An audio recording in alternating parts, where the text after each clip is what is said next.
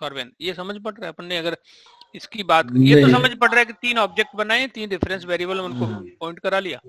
अब इसको समझते हैं। यहाँ लिखा t1 dot I equal to t2, इसका मतलब क्या है?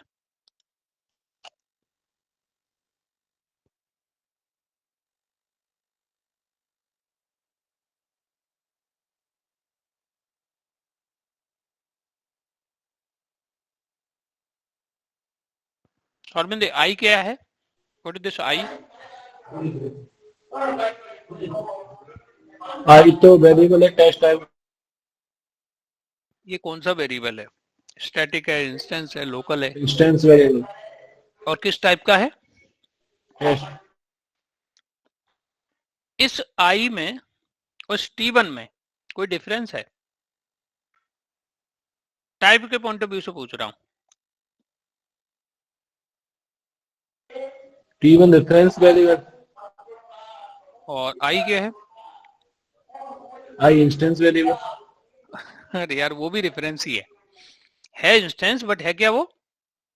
ये भी क्या है? रेफरेंस ही तो है, क्लास टाइप का है, राइट?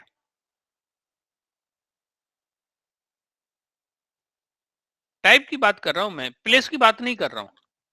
मैंने आपसे ये नहीं पूछा कि ये t1 लोकल है कि इंस्टेंस है, ये आई लोकल है कि इंस्टेंस है। मैं बोल रहा हूँ टाइप की बात करूं। t1 का टाइप और आई का टाइप दोनों का क्या है? सेम है। सेम है, राइट? सेम है, तो दोनों क्या बोलेंगे? दोनों वेरिएबल्स को क्या बोलेंगे? Reference variable. क्या बोलेंगे हम? Reference variable. तो जब इसका ऑब्जेक्ट बना होगा test t1 equal to new test, तब इस आई को क्या असाइन हुआ होगा? इस आई को क्या डिफॉल्ट, क्या मतलब समथिंग नल टाइप का कुछ वैल्यू असाइन होगा, राइट? रेफरेंस में अभी क्या कर रहे हैं? t1 dot I equal t2 कर रहे हैं। इसका मतलब अच्छा ये बताओ t2 को क्या असाइन हुआ होगा? t2 के पास क्या है? इसको भी डिफॉल्ट वैल्यू नल असाइन हुई। नहीं, ये दिख रहा है ना आपको, इक्वल न्यू टेस्ट डाला तो है इसमें, तो इसको तो कोई डिफॉल्ट का चक्कर ही नहीं, इसमें तो एक्चुअल वैल्यू पड़ी हुई है। जो ऑब्जेक्ट बना होगा ना हीप में, उसका रेफरेंस आके स्टोर हो गया ना t2 में, तो इसमें डिफॉल्ट कहां से आया? इसको तो एक्चुअल वैल्यू दी है, राइट?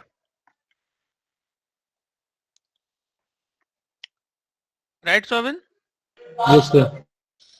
अब क्वेश्चन ये आता है, इन्होंने क्या किया है कि t1 dot I equal to t2। या हम बहुत सारी चीजें हमें पता होना चाहिए तब ये समझ पड़ेगा, इसका एक्चुअल वो पता होना चाहिए। आई क्या है? Reference variable. तो t2 डॉट आई से हमने इस आई को यहाँ पे एक्सेस किया, t1 dot I, t1 dot I. अब ऐसे देखो आप, test t1 equal to new test, I को कहाँ वैल्यू मिली होगी? डिफॉल्ट वैल्यू कहाँ पे मिली होगी आई को? आई कहाँ क्रिएट हुआ होगा? हीप में कोई ऑब्जेक्ट बना होगा, हीप में कोई ऑब्जेक्ट बना और इस आई को वैल्यू, ऐसे समझो यार।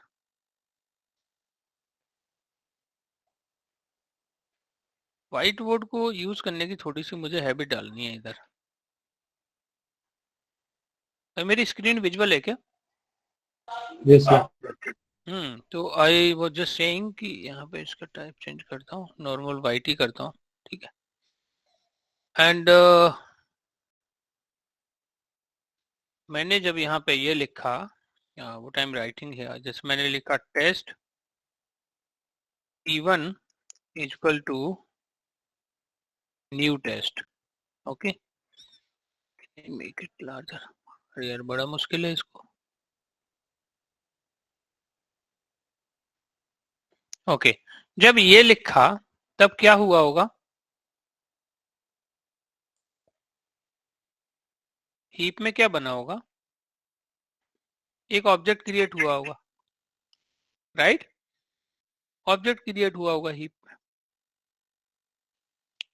और ये जो t1 है, ये जो t1 है इसके पास क्या है? ये इस ऑब्जेक्ट को पॉइंट कर रहा है। ये जो t1 है ये इसको पॉइंट कर रहा है, राइट? तो अब आप बताइए इस i का क्या हुआ होगा इधर? इस i को स्पेस कहां पे मिला होगा? इस ऑब्जेक्ट के अंदर, हीप के अंदर मिला होगा इसको वैल्यू, राइट। और अगर मैं यहां से लिखूं, if I write here once again, मैं यहां से दोबारा लिखूं test T2 equal to new test, अब क्या हुआ होगा?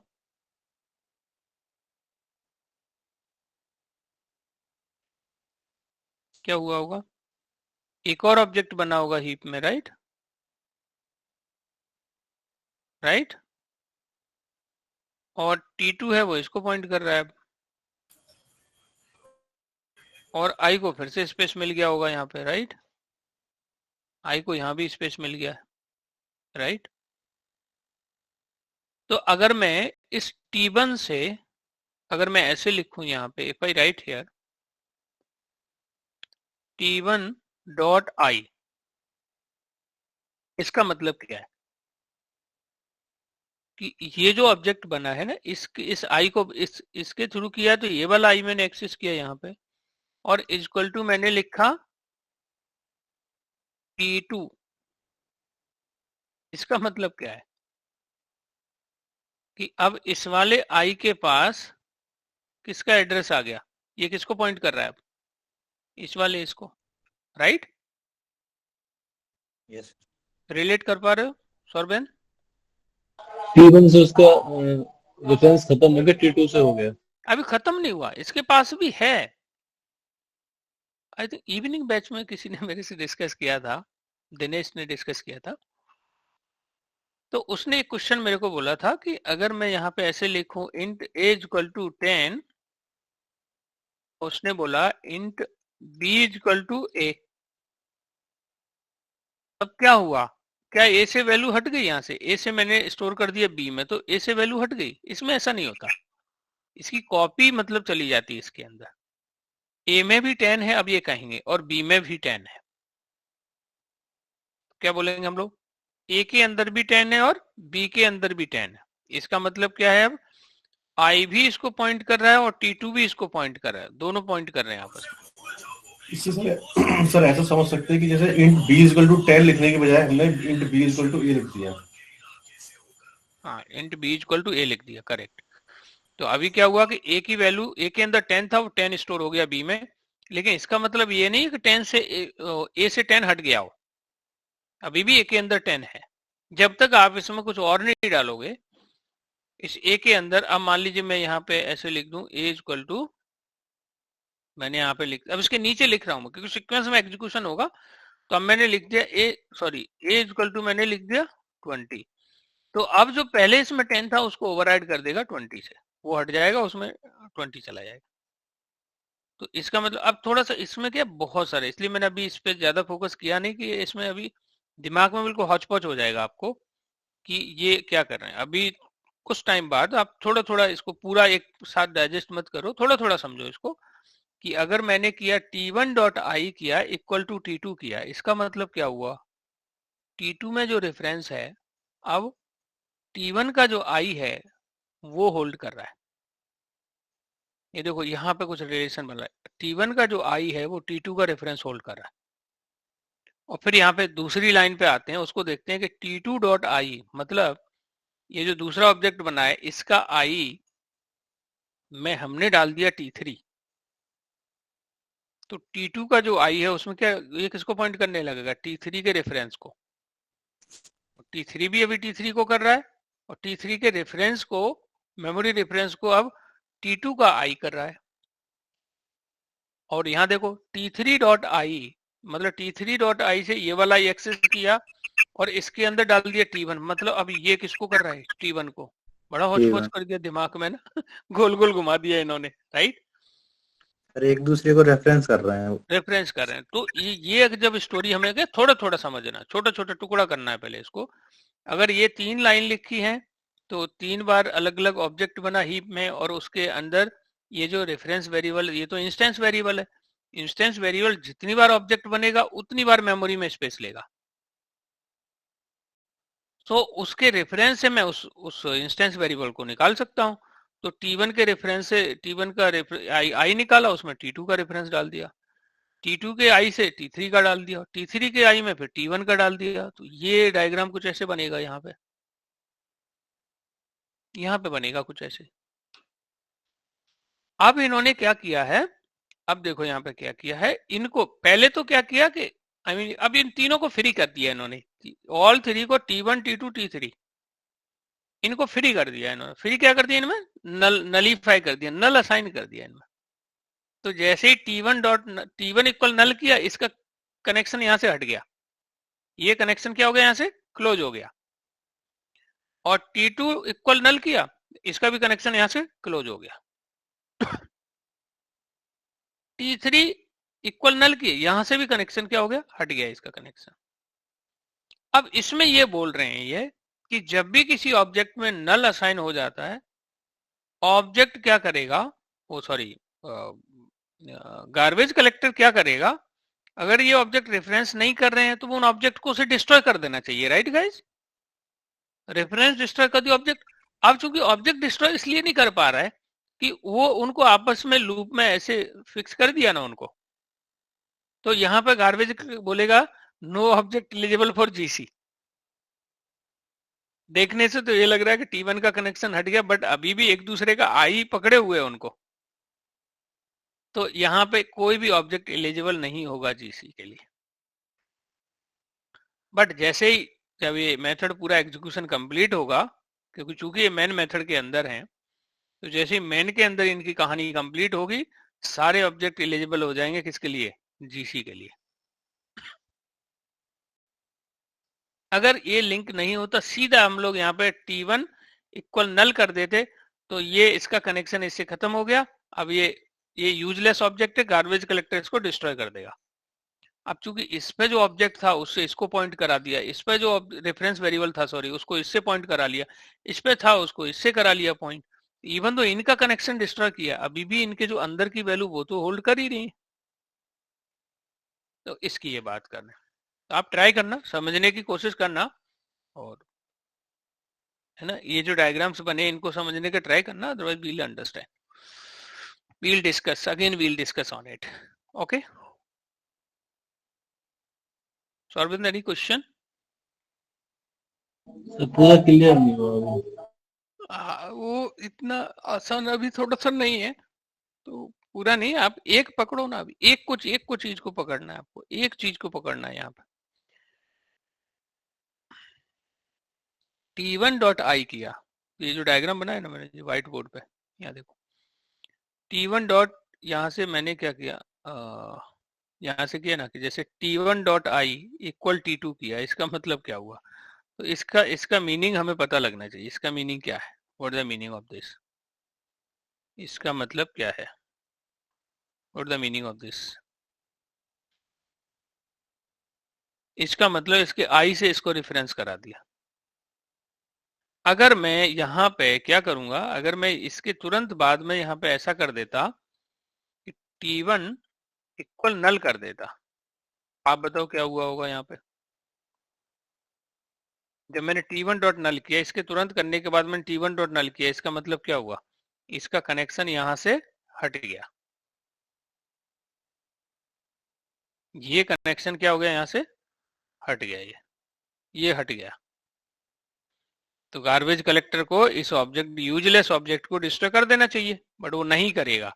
इसके अंदर जो आई है उसका लिंक तो हमने इधर कर दिया ना, ये इसका एड्रेस होल्ड कर रहा है अभी, तो अभी वो इसको डिस्ट्रॉय नहीं करेगा। यही तो कॉन्सेप्ट सीख रहे थे हम लोग, राइट, कि गार्बेज कलेक्टर किसी ऑब्जेक्ट को कब खत्म करेगा, कब डिस्ट्रॉय करेगा, जब उसका रेफरेंस कनेक्शन हट जाए।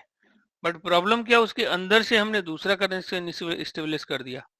तो अब तो ये ऑब्जेक्ट कंप्लीट, ये मेथड का एग्जीक्यूशन कंप्लीट होगा तभी ये कहानी क्लोज होगी, अदरवाइज ये नहीं होगी।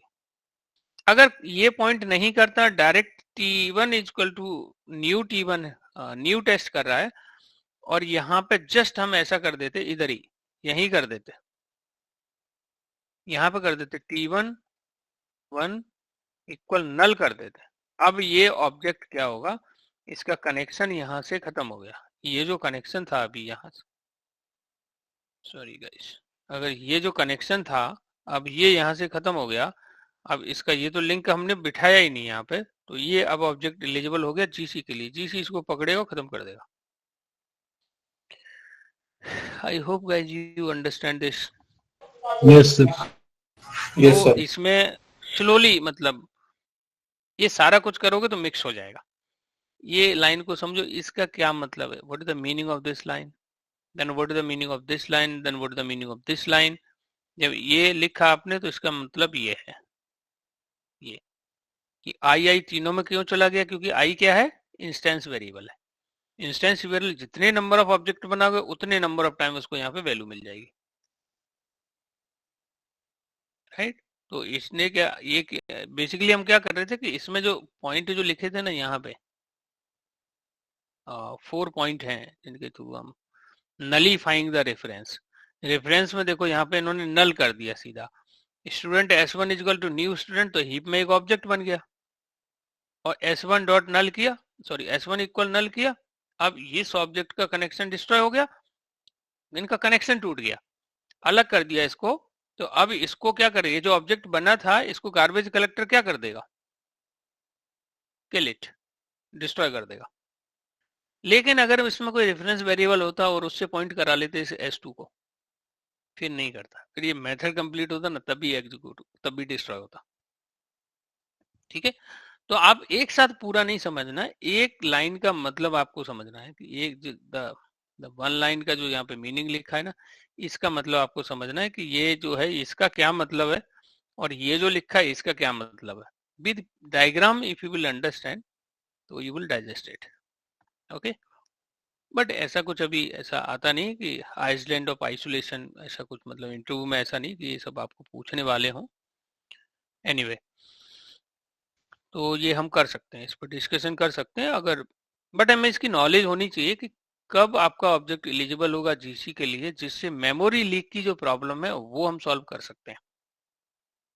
आपका ऑब्जेक्ट यूज में नहीं है फिर भी वो मेमोरी होल्ड करके रखा हुआ, तो मेमोरी लीक की प्रॉब्लम आ जाएगी, तो it's a big problem, okay. So next what we were discussing,